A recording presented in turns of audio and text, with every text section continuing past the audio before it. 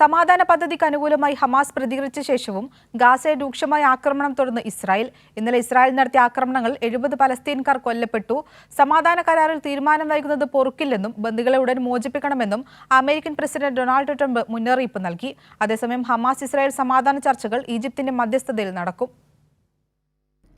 ഇസ്രായേലിന്റെ യുദ്ധം അവസാനിപ്പിക്കാൻ അമേരിക്കൻ പ്രസിഡന്റ് ഡൊണാൾഡ് ട്രംപ് മുന്നോട്ട് വെച്ച 20-ദിന പ്ലാനിലെ ചില ഘടകങ്ങൾ അംഗീകരിച്ചതായി ഹമാസ് അറിയിച്ചിട്ടും ഗാസയിൽ ആക്രമണം തുടരുകയാണ് ഇസ്രായേൽ.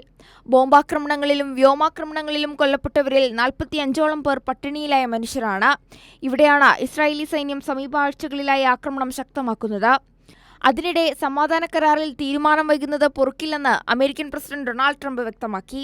ബന്ദികളെ ഉടൻ മോചിപ്പിക്കണമെന്നും ട്രംപ് മുന്നറിയിപ്പ് നൽകി. ഗാസയിൽ നിന്ന് ഇസ്രായേൽ സൈന്യത്തിന്റെ പിന്മാറ്റത്തിനുള്ള അതിർത്തി രേഖ ഇസ്രായേൽ അംഗീകരിച്ചതായും ഇത് ഹമാസ് അംഗീകരിച്ചാൽ വെടിനിർത്തൽ പ്രാബല്യത്തിൽ വരുമെന്നും ട്രംപ് അറിയിച്ചു. അതേസമയം ഹമാസ് ഇസ്രായേൽ സമാധാന ചർച്ചകൾ ഈജിപ്തിന്റെ മധ്യസ്ഥതയിൽ നടക്കും. അമേരിക്കയെ പ്രതിനിധീകരിച്ച് സ്റ്റീവ് വിറ്റ്കോഫും ജാറഡ് കുഷ്ണറും ഈജിപ്തിലെത്തും.